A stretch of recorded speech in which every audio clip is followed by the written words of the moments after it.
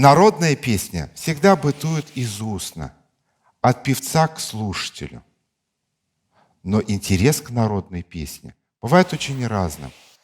Сегодня у нас в гостях кандидат искусствоведения, заведующий кафедрой этномузыкологии Казанской государственной консерватории имени Жиганова Сарварова Лилия Ильдусовна. Здравствуйте. Добрый день. Здравствуйте. Сегодня с вами поговорим, как наука участвует в сохранении этих народных жемчужин, образцов народной песни. Как это происходило в истории. Давайте с вами обратимся немножечко к ракурсу, когда впервые возникли первые звукозаписи, первые книги, которые нам рассказывали о народной песне.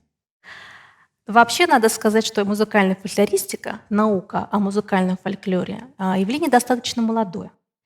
И ее развитие связано с тем, что традиционная песня, народная песня все больше и больше уходит из нашего быта. И чем больше она уходит, тем пристальнее наш интерес к этой песне, тем больше нашего желания записать ее и оставить потомкам.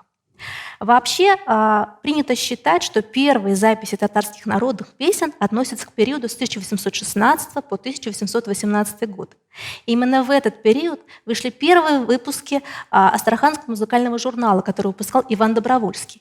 В этих журналах публиковались материалы, традиционные песни народов, проживающих в Астраханском крае. И как раз-таки вот в этих записях мы видим первые две народные песни казанских татар, которые были опубликованы. А чуть позже, уже в 1870 году, этнограф Риттих опубликовал в своих изданиях 4 народные песни, в числе которых, например, была даже «Тавтеляу», очень известная на тот момент уже песня. Собственно, первый сборник татарских народных песен относится к рубежу XIX-XX веков. Это, прежде всего, конечно, следует сказать о сборнике Рыбакова «Музыка и песни уральских мусульман». К сожалению, сборник этот так и не перевыпущен. Вот репринтное издание у меня есть в руках. И вот в этом сборнике, который сформирован на основе материалов экспедиции самого Рыбакова, были опубликованы более 50 татарских народных песен. Вообще принято считать, что именно Рыбаков первым сделал первичную классификацию татарских народных песен. Он выделил баиты, монаджаты, узунки, такмаки.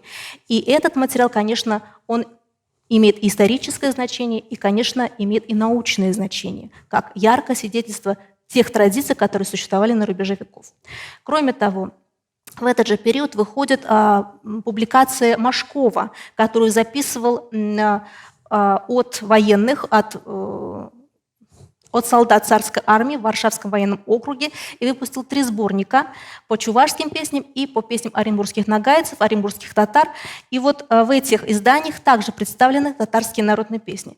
Хочу сказать, что этот сборник был переиздан, вернее, издан с научными комментариями совершенно недавно. Этот сборник подготовили Наиля Юнисовна Алимеева и Михаил Григорьевич Кондратьев. Вот этот сборник с научными комментариями совершенно замечательный источник для наших знаний о музыкальном фольклоре. Что касается татарских исследователей, то первым сборником считается сборник Мансура Султанова, который в 1916 году издал 10 песен для Курая. В Саратове этот был сборник издан и имеет, конечно, большое значение, как первый сборник инструментальных традиций. Конечно, мы не можем не упомянуть и султана Габаши, который много занимался сбором песенного фольклора, ездил в экспедиции. Его сборник, который долгое время хранился в архиве Ияли, был опубликован лишь в 2002 году. Вот этот сборник, называется он «Милли Маунар». Его подготовил Геннадий Михайлович Макаров, также с комментариями, с реконструкцией. Была проведена большая работа, потому что сборник султана Габаши был без подтекстовок. Здесь Геннадий Михайлович сделал подтекстовки, оформил все это очень аккуратно и вот представил в 2002 году на суд зрителя. Вот хотелось бы обратить ваше внимание. До революции и еще в начале прошлого века татары пользовались арабской вязью. Да. И поэтому, наверное, в сборнике султана Габаши мы не видим подтекстовку. Хотя песни были самые популярные В то время еще песни издавались отдельно, а ноты отдельно, Совершенно получается. верно. И уже только когда... А почему это так было? Объясните. Ну, потому что нотная запись идет слева направо, арабская вязь справа налево, и вот такая разница систем написания, она, конечно, препятствовала подтекстовкам под напевами непосредственно. Поэтому многие напевы, которые вот изданы, в частности, которые собирал Султан Габаши, они не снабжались подтекстовками, очень важной частью публикаций нотных. Это очень интересно. И вот только с появлением кириллицы уже как бы мы можем подтекстовывать слова в песнях. Уже нам все понятно. Нам все понятно, да. Но надо сказать, что Сергей Гаврилович Рыбаков, он уже делал кириллицу, но это было связано с тем, что он был русским по происхождению, поэтому мне было проще подтекстовывать кириллицей. Конечно, данные подтекстовки, они не лишены своих минусов некоторых, да? Неточности Да, есть. неточности, конечно. Да и сами напевы, они достаточно схематичны, и, соответственно, подтекстовки, они не отражают всего богатства фонетического татарского языка. Но, тем не менее, все эти документы, они, конечно же, являются важными для нас источниками. Кроме того, наверное, следует упомянуть Гайсу Еникеева, который также записал более 500 песен. Часть этих песен вошла в сборник Александра Сергеевича Ключерева уже 1955 года. Но в полном виде, конечно, к сожалению, этот сборник не был опубликован, и записи утеряны. Вот хотелось бы об Александре Ключереве подробнее. Вот считается, что это такое первое фундаментальное издание собрания татарских народных песен. Да. Вот немножечко о Ключереве расскажите нам. Вообще, конечно, значимость этого сборника, значимость деятельности Александра Сергеевича Ключерева, который с 1937 по 1950 год возглавлял кабинет музыкального фольклора при Союзе народных комиссаров ТАССР, сложно переоценить. По сути, вот этот сборник, который он создал вместе с Юрием Виноградовым и Мухаммадом Садри, является первым собранием, который не потерял своей значимости, практической значимости вплоть до сегодняшнего дня. Потому что большая часть изданий, которые были до этого, практиками сложным для использования, ну, я опять-таки сказала, некоторые неточности в нотации, некоторые неточности в фонетике. А вот сборник Александра Сергеевича Ключерева – это первый сборник, который активно используется вплоть до сегодняшнего дня. И практиками, певцами, инструменталистами, композиторами, и не теряет своей научной значимости. Вот хотелось бы еще обратить внимание, Александр Ключерев композитор, а занимался изучением народной песни. А вообще в истории мы знаем, что многие русские композиторы еще в XIX веке практически все занимались русской народной песней. Да. Почему это было? Ну, это совершенно естественный ход событий. В поисках национальной традиционности, конечно, композиторы обращались прежде всего к народной песне, как к источнику, неиссякаемому источнику вот этого музыкального стиля, национального музыкального стиля. И характерные распевы, характерные мелодии, все это ими переплавлялось, адаптировалось для, собственно, для профессиональной музыкальной культуры. То есть вся русская музыка, она была составлена на основе народных пений, да. Песнопения. Несомненный. А в татарской музыке это, мне кажется, тоже так же происходило, потому что мы знаем имена еще других великих композиторов. Мансур Музафаров, Захид Хабибуллин, Джаудат Файзи. Да. Вот они все были композиторами и при этом исследователями, собирателями. И опубликовали каждый свой сборник. Да. Вот немножечко о них расскажите. И вот не случайно, действительно, вот такие композиторские, условно так их можно назвать, сборники, они являются очень известными и даже, наверное, наиболее известными в широкой среде. Это уже упомянутый мной сборник Александра Сергеевича Ключерева, затем сборник, в обиходе его называют сборник Музафарова, на самом деле там коллектив авторов, и общую редакцию осуществил Асгар Ханифович Абдуллин. И, конечно, сборник Джаудата Файзи. Они прекрасно знали музыкальный фольклор, и значительная часть тех напевов, которые была включена ими в сборник, были их собственные записи, собственные слуховые записи, то, что они действительно знали сами.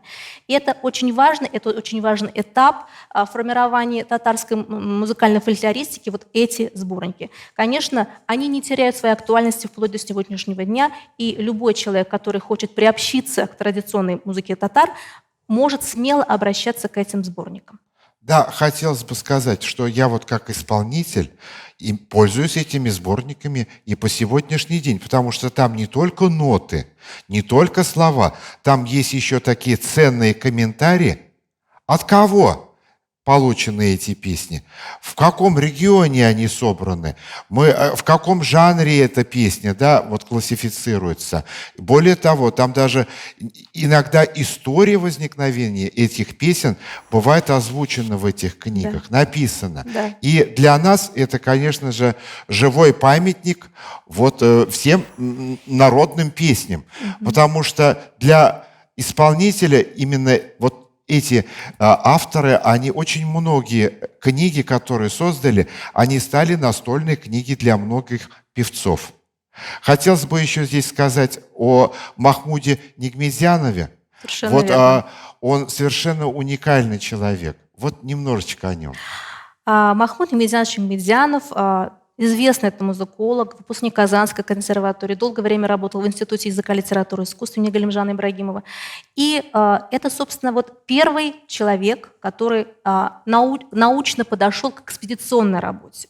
То есть он ездил в экспедиции, причем не по известным уже ранее районам, да, в рамках, например, Республики Татарстан, но и по тем ареалам расселения татар, которые раньше были неизвестны науке. И результатом его большой работы стали 3 сборника, очень важных для любого современного музыколога. Сборники датируются 1970-м, 76-м и 84-м годами. В этих сборниках представлен очень разнообразный в жанровом отношении материал, в региональном отношении материал. Действительно, вот эти сборники, они не теряют своей актуальности сегодня. Я, как исследователь, очень часто обращаюсь именно к этим сборникам, как к первым таким научным публикациям фольклора, недоступного ранее. Вот вы тут уже упомянули выпускника Казанской консерватории. Можем ли мы считать, что один из первых таких ярких представителей Махмуд Нигмедзянов, который именно посвятил всю свое творчество, всю свою жизнь вот сохранению народного наследия, песенного? Совершенно верно. Расскажите о консерватории и о кафедре, где вы работаете. Казанская консерватория была основана в 1945 году, и с первых дней ее деятельности, конечно, особое внимание было обращено к изучению традиционных музыкальных культур. В этой связи, конечно, следует назвать Асгара Ханифовича Абдуллина, который является автором одной из первых кандидатских диссертаций, посвященной татарской народной песне. Он является редактором сборника, о котором я уже упомянула, Музафаровского. Это издание Казанской государственной консерватории, одно из первых таких обширных изданий. Конечно, много было сделано, это и конференции, это и публикации, сборники статей и так далее. В 1989 году открывается кафедра татарской музыки, где под руководством Юлдус Накиевны Санбет начинается работа экспедиционная по изучению музыкальной культуры татар, расселенных за пределами Республики Татарстан.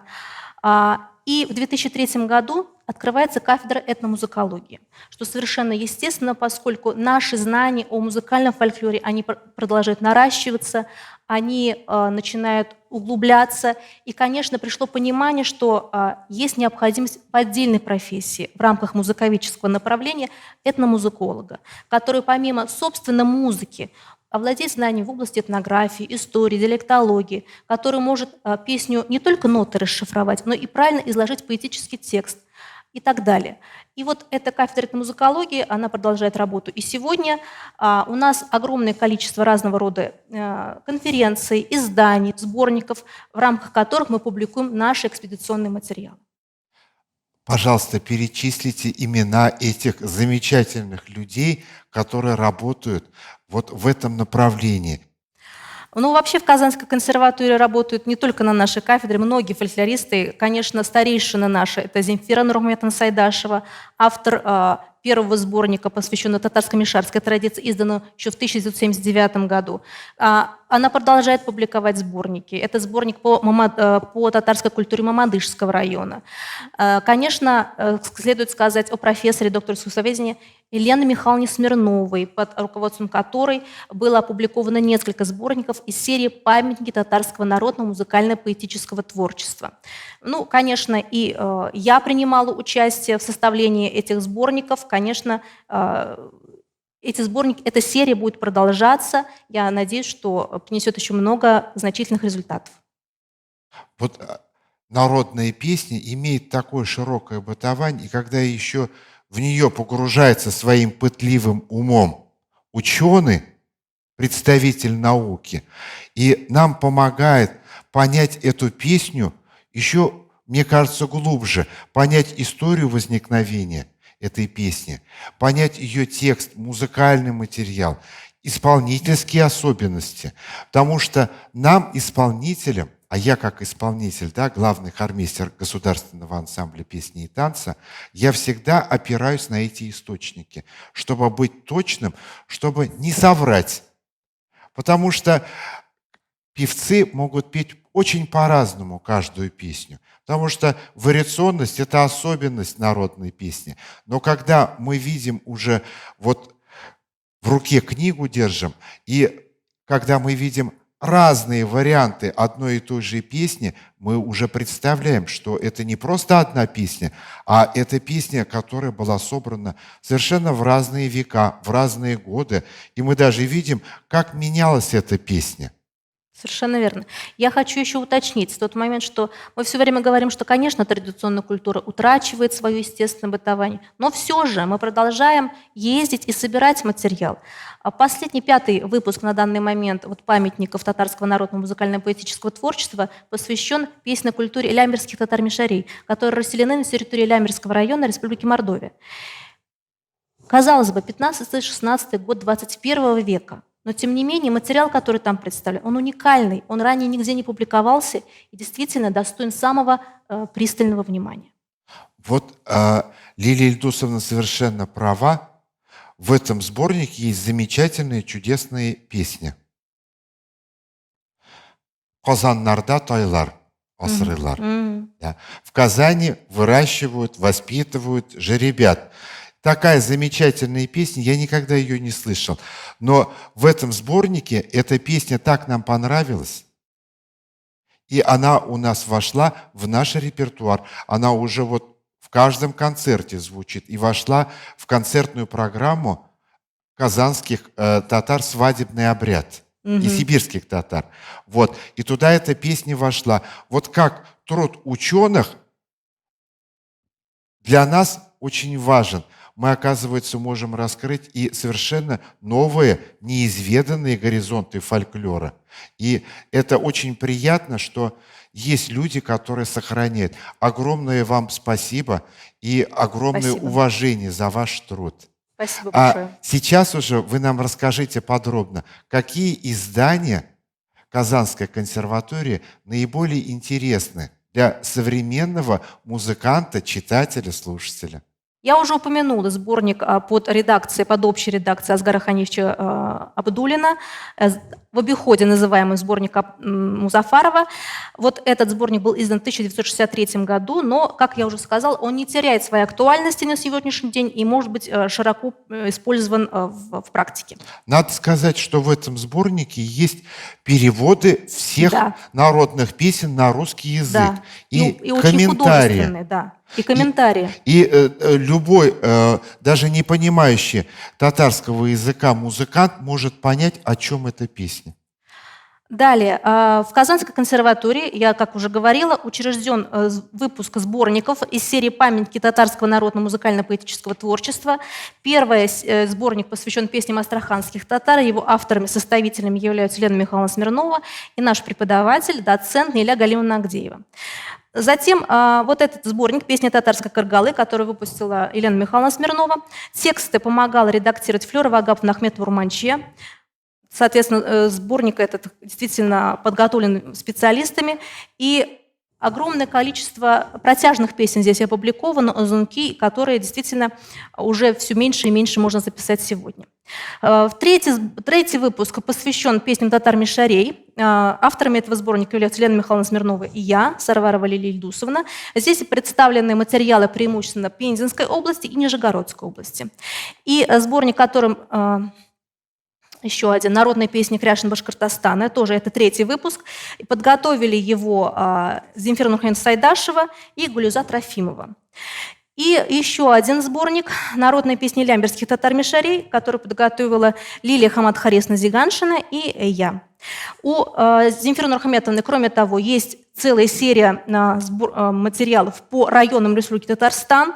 Это вот сборник по Бамадышскому району, по Нурлатскому району. Кроме того, у нее есть сборник по современным бытовым песням, которые были собраны на территории Республики Татарстан. Они отражают современное состояние песенной культуры татар. И кроме того, конечно, мы занимаемся инструментальными традициями. Эта тема достаточно актуальна сегодня.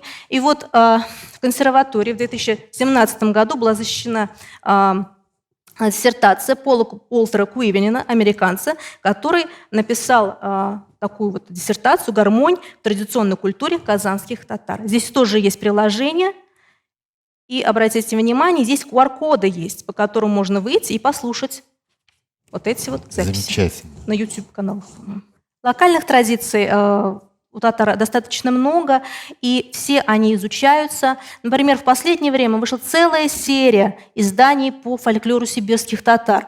Назову вот сборник Сурметовой, который был подготовлен в рамках ее учебы. Это наша выпускница учебы в Казанской государственной консерватории «Песни Маида и Мунаджата сибирских татар». Далее материалы Юсупова, который подготовил Республиканский центр традиционной культуры. Сборник вышел в 2018 году. И вот буквально недавно в Институте языка, литературы и искусств вышли материалы Ильгиза Кадырова, достаточно известного этномузыколога. Отдельно, конечно, следует сказать о деятельности Наили Юнусовны Альмеевой. Ею выпускается серия сборников, посвященных песням татар Кряшин. Вот первый сборник посвящен Пестричинскому району, а второй сборник песням татар Кряшин, проживающих в Кайбецком районе, это Маликеевская группа. Сейчас я знаю, что она работает над материалами по Нижнекамскому району. И, конечно, Геннадий Михайлович Макаров, это уже второе издание нагайбакских народных песен, которые он собрал и расшифровал. Самое интересное, что вот нагайбакские татары, у них такая история интересная.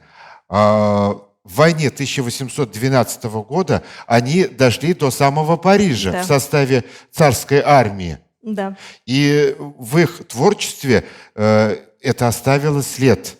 Совершенно верно. Даже название их сел Париж, Фершампенуаз, они как раз Кассель, как раз-таки связаны вот с этим походом во время наполеонских войн. У нас в репертуаре тоже есть песни, которые нам в свое время принес Геннадий Макаров. Песни нагайбакских татар. Замечательный репертуар, он тоже у нас в концертном репертуаре всегда присутствует. Наука способствует тому, чтобы народное искусство сохранялось, приумножалось, чтобы последующие потомки могли взять в руки книгу, взять аудиозапись, видеозапись, какие-то моменты, которые рассказывают о музыке. Это статьи ведь не только о нотах и текстах, но это и воспоминания исполнителей. Это тоже какой-то отдельный труд музыковеда, журналиста, когда он рассказывает о каком-то событии, связанном с народной песней. Конечно же, без науки мы бы все это потеряли, а наука позволяет это наследие сохранить. Я желаю процветания нашей Казанской консерватории, вашей кафедре. И мы желаем, чтобы еще больше новых исследований, больше новых книг выходило, чтобы вот это народное наследие никогда не терялось, не угасало. И огромное уважение к вашему труду, почтение наше. Вы наши помощники, вы главные защитники народной песни, главные хранители, но вы это делаете по-своему, через науку. Так народная песня находит свое отражение совершенно в разных реалиях человеческой жизни. У певца, у ученого. И пусть эта нить от древности к современности и к будущему никогда не прерывается. Спасибо большое. Спасибо вам. Спасибо.